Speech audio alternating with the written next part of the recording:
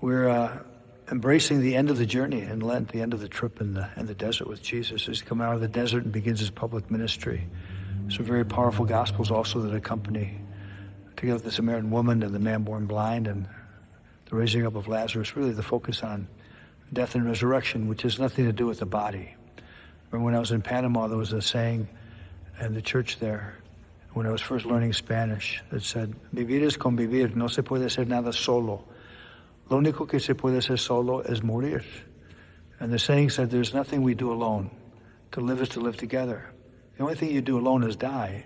And I asked a woman about that, and she said that has nothing to do with physical death, but it's all about spiritual death when we decide to go it alone and disconnect ourselves, or feel that the world doesn't understand us and we feel disconnected.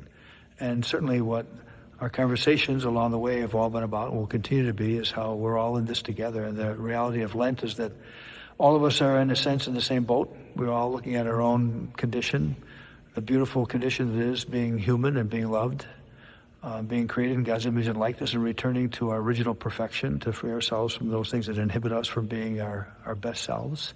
And how do we do that and call it out of one another and experience death to leaving behind in the desert what we want to leave behind and embrace what's ahead.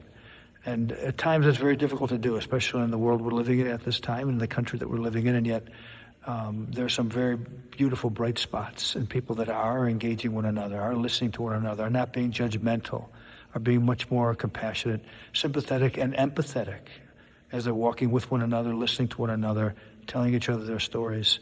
The way we're attempting to do has been very life-giving to me, and I hope to you, and allowing us to engage one another in a true sense of being what Jesus calls us to be light in each other's darkness, to bring out the best in one another, not the worst, and to make the world a better place until we see the kingdom that he came to talk about in very real terms. I'm seeing that. I hope you're seeing that. And hopefully walking out of the desert and returning back to our normal everyday lifestyle, that something has died in us and something's been born in us. And the better part of us leaves the desert. And those things we want to let go and leave behind have remained in the desert. Step up, speak out. God bless you all.